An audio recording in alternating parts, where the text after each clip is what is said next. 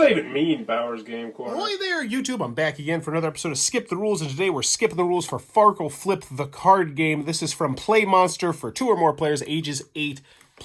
And in Farkle Flip, what you're trying to do is be the first person to score 10,000 points. You're going to do that by, first and foremost, shuffling this big old deck of cards, making sure everyone can see a scoring card. There's 4 included, so if you have more players, just kind of put them in the middle of people, and then you're ready to start the game. The player to the left of the dealer will go first, and the first thing you're going to do when you start the game is make sure that every player is dealt 1 face-up card like so. If you happen to get a Farkle, don't worry, just draw a replacement card, and then put that Farkle somewhere in the middle of the deck. It doesn't really matter where. Make sure you're able to keep score somehow, and now you're ready to start the game. So the player to the left, the dealer, what you're going to do on your turn, what you're going to do every single turn is you're going to draw the first face-up card, and if it's a Farkle, your turn immediately ends. So this was a very unfortunate start for that first player.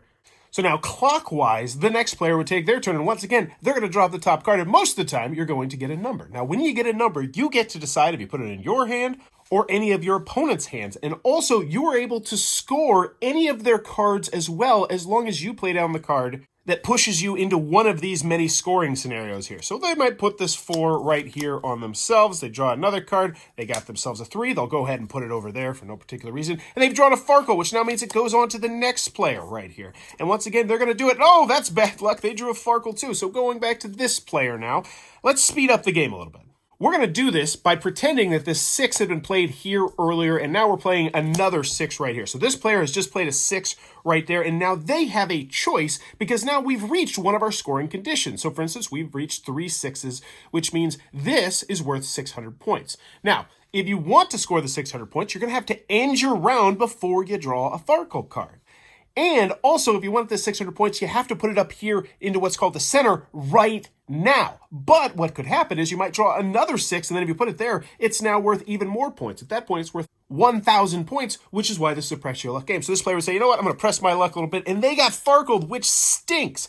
But it brings up a great example. Let's pretend that they were happy with that 600 points. And they say, you know what, I'm fine with 600 points. And they put this right up here in the center, but they said, I'm going to keep drawing cards because that's perfectly legal. So then they flip over the Farkle. What happens? Well, they get the Farkle down here, and your Farkles will go into your own little pool. And by the way, no one can ever steal your Farkles. And now, these 3 6s don't go back to the middle player. They actually go back to this player. And I like to push them a little bit higher just to emphasize that they were cards that were given to you in this manner, because someone can't just come up and steal these 3 6s without adding something to it. Also, it's important to note, when placing cards at the center, they have to come from one hand. You can never combine multiple cards from different hands. So let's go over to this player right here. They draw a card, and they're actually going to put this over here in the hopes to score some points over there. They got a 4. They'll keep it for themselves, a 2. And now you can see what I mean. They can steal these 6s because they have created another scenario. They have created 3 pair. So they're going to push that up to the center.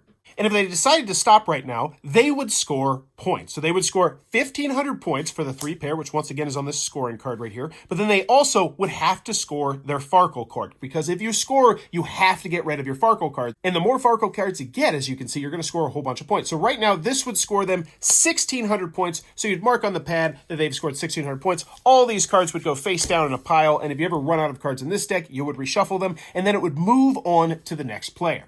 Now, one special rule that I want to mention is that when you're first starting the game, the first time you score, you have to score at least 1,000 points. So let's pretend that this player would have only scored 800. They couldn't have actually stopped. They would have had to have kept going.